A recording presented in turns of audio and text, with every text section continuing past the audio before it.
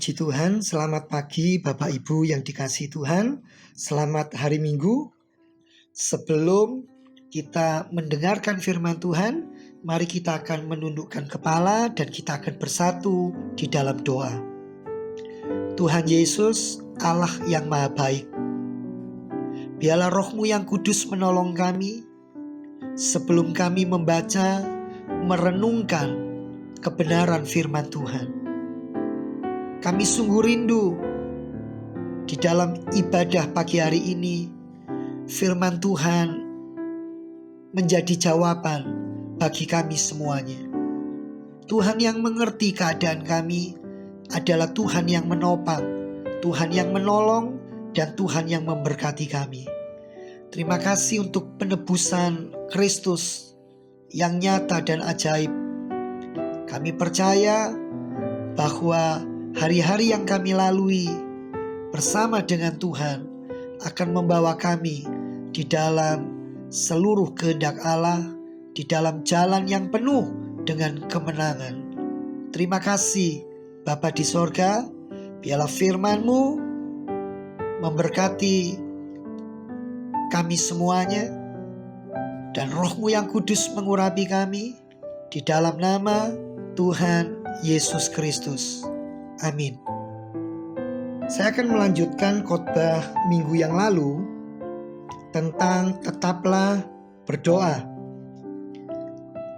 Dengan adanya new normal bukan berarti kesempatan bagi Bapak, Ibu, dan saudara sekalian untuk lebih banyak keluar dari rumah, lalu pergi untuk jalan-jalan dan melakukan aktivitas yang sebenarnya tidak seharusnya.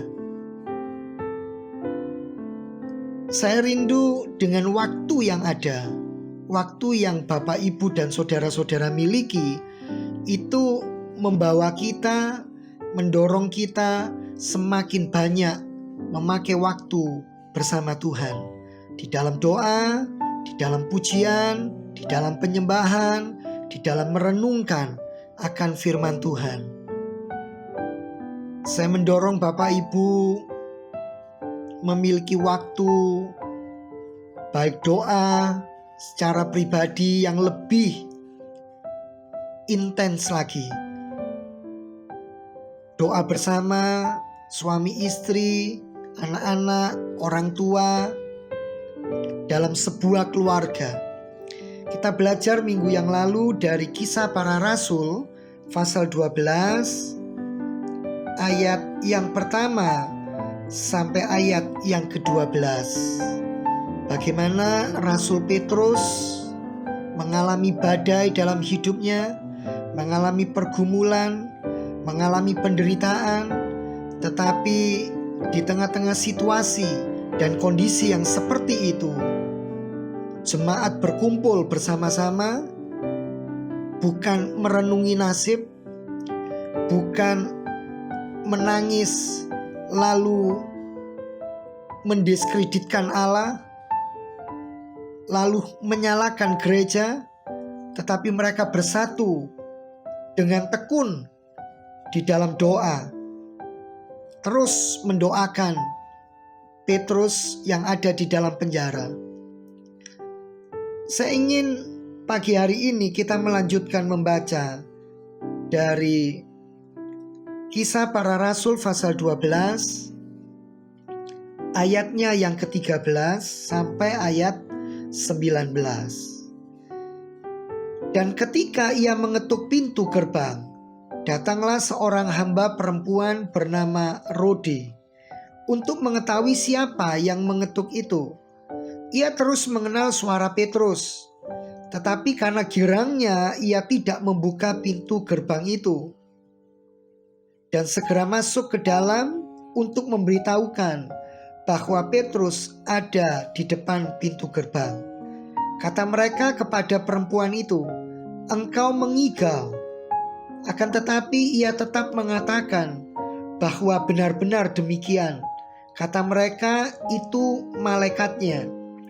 Tetapi Petrus terus-menerus mengetuk, dan ketika mereka membuka pintu dan melihat dia, mereka tercengang-cengang.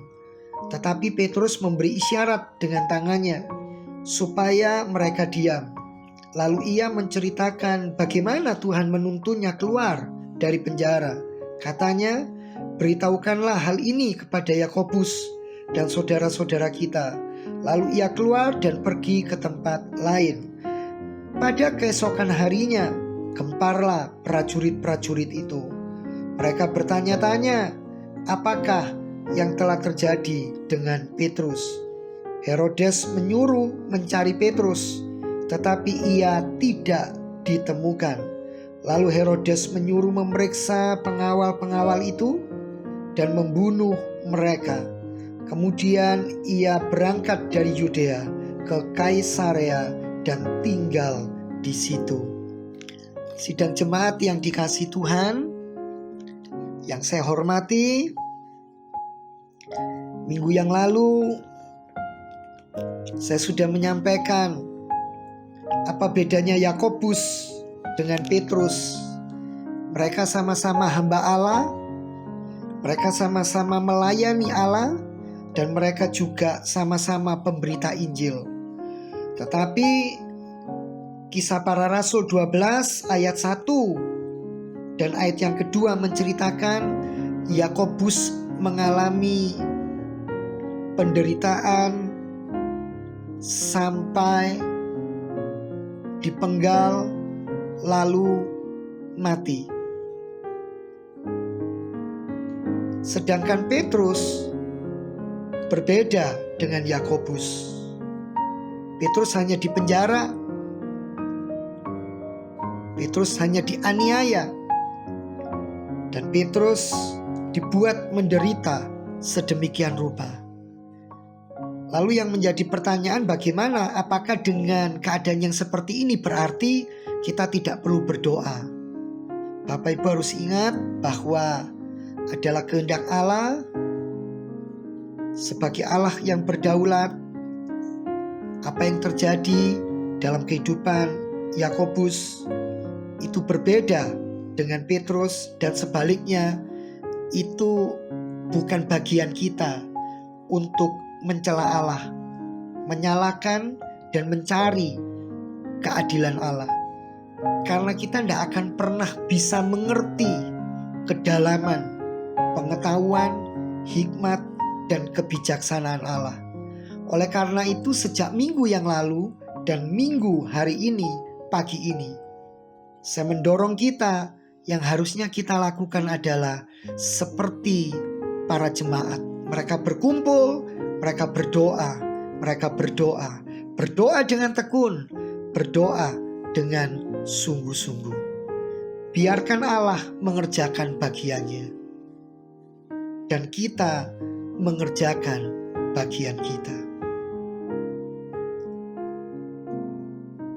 Ada hal yang menarik yang saya sitir dan saya ingin sampaikan kepada sidang jemaat. Pada suatu hari ada seorang ayah yang ditanya oleh anaknya, "Mengapa ayah selalu rajin berdoa? Padahal keadaan ekonomi kita tetap biasa saja. Apa yang ayah dapatkan dengan seringnya ayah berdoa secara teratur kepada Tuhan?" Lalu sang ayah menjawab demikian, Bapak Ibu. Tidak ada yang ayah dapat. Malah dengan berdoa, ayah banyak kehilangan. Tetapi ayah akan memberitahu kepadamu, nak, apa-apa saja sih yang hilang karena ayah banyak berdoa. Ternyata yang hilang adalah, ayahnya menjawab dan menjelaskan kepada anaknya yang bertanya kepada ayahnya ini.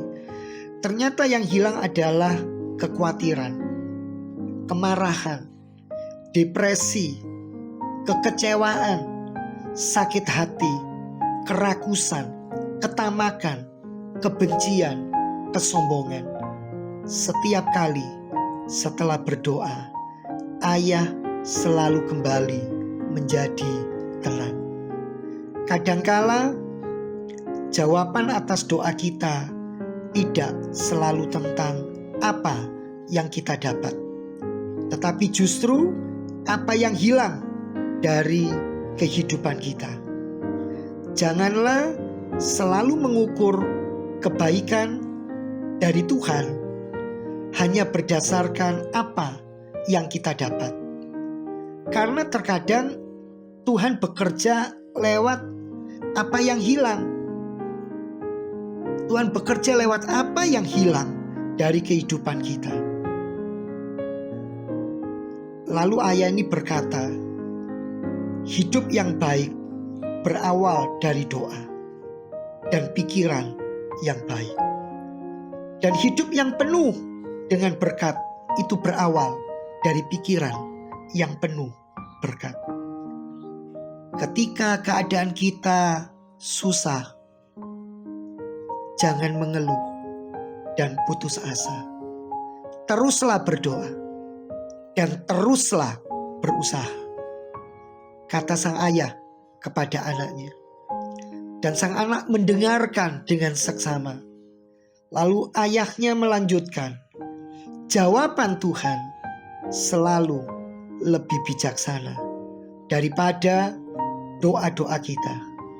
Jadi jangan pernah bosan untuk berdoa, karena Tuhan akan memberi apa yang kita butuhkan. Perhiasan terbaik adalah kerendahan hati. Kekayaan terbesar adalah kebijaksanaan. Senjata terkuat adalah kesabaran. Keamanan terbaik adalah iman kepada Allah. Obat termanjur adalah tawa. Puji Tuhan. Apa yang saya sitir dari percakapan seorang ayah dan anaknya kiranya membawa kita dan mendorong kita bahwa pengakuan pentingnya doa itu jelas dan nyata. Standar yang utama adalah apa yang Alkitab katakan. 1 Tesalonika 5 ayat 17 berkata, tetaplah berdoa. Kata-kata ini mewakili apapun situasinya, apapun kondisinya. Setelah gereja mendengar Yakobus dipenggal, mereka semakin sungguh-sungguh berdoa. Ketika gereja mula-mula mendengar bagaimana Petrus dipenjara, mereka semakin bersungguh-sungguh untuk berdoa. Jemaat yang dikasihi oleh Tuhan, minggu yang lalu saya telah mengajak kita untuk membuka di dalam kitab 1 Petrus pasal yang ketiga ayat yang ke-12. Sebab mata Tuhan tertuju kepada orang-orang benar, dan telinganya kepada permohonan mereka yang minta tolong.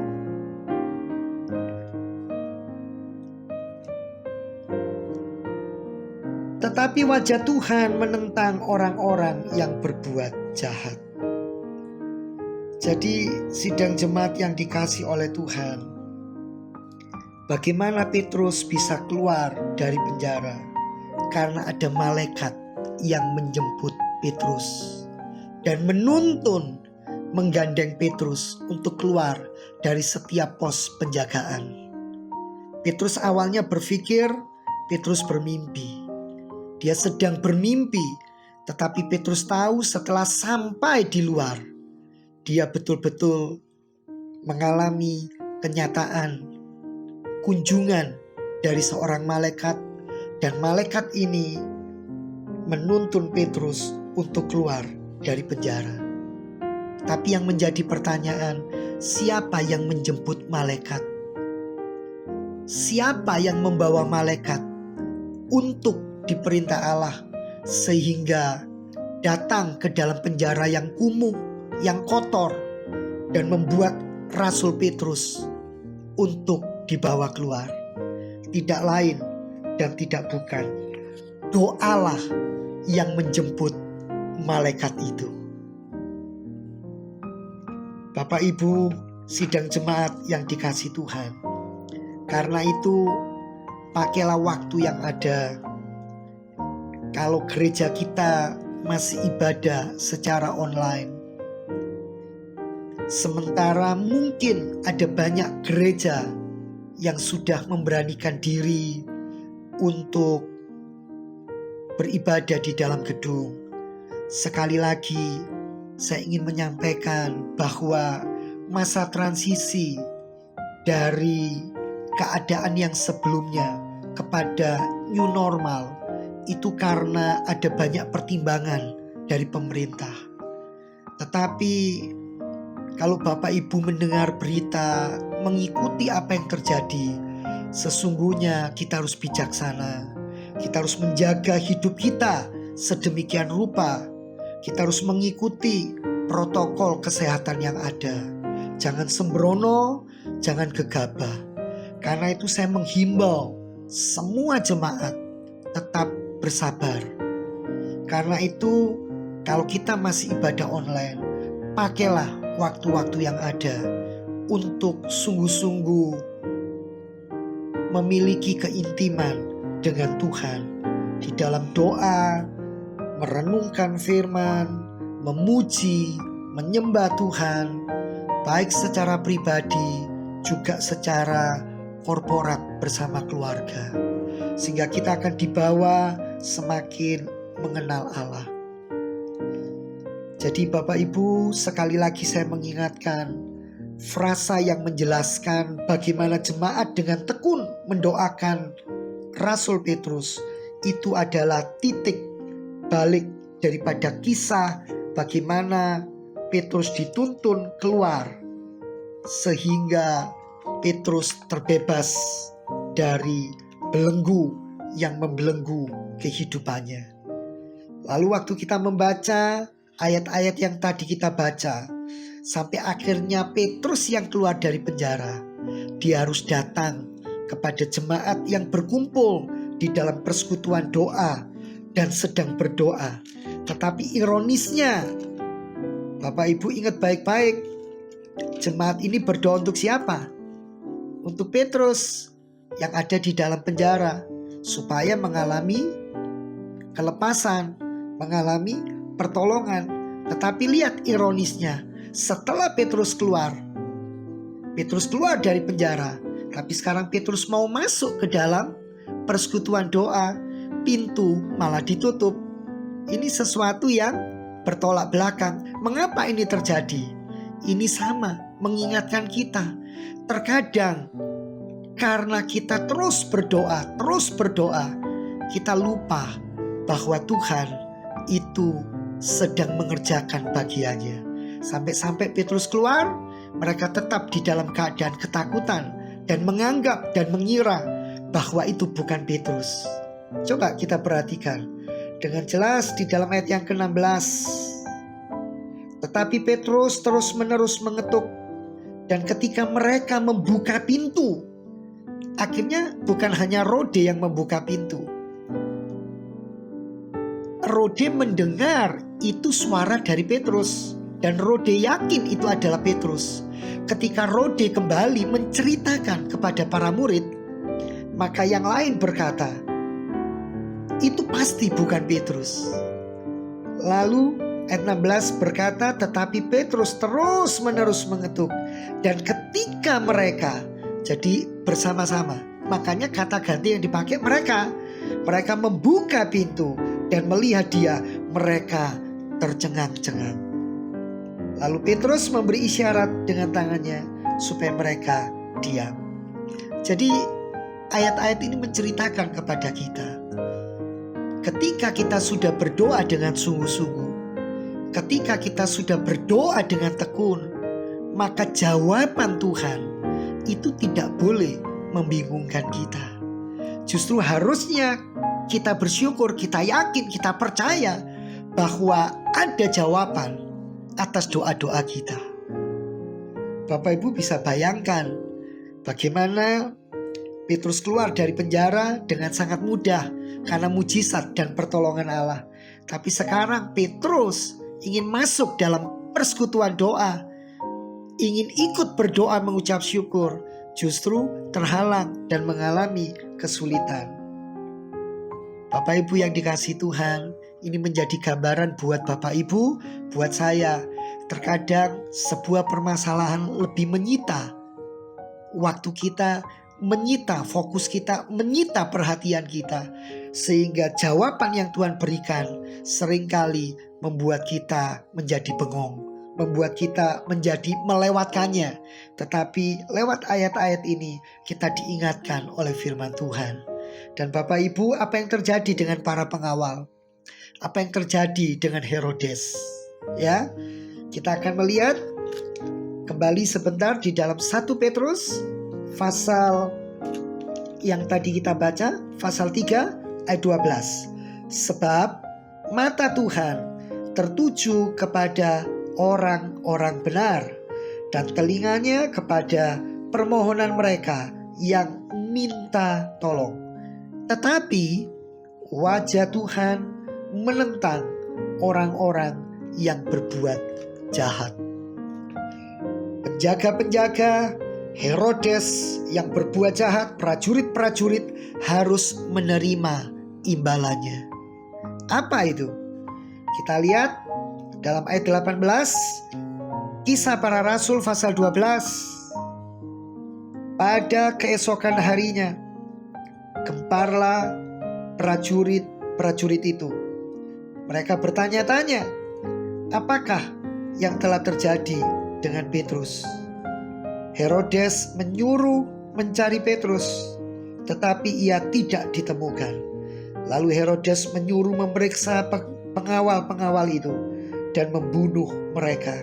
Kemudian ia berangkat dari Yudea ke Kaisarea dan tinggal di situ.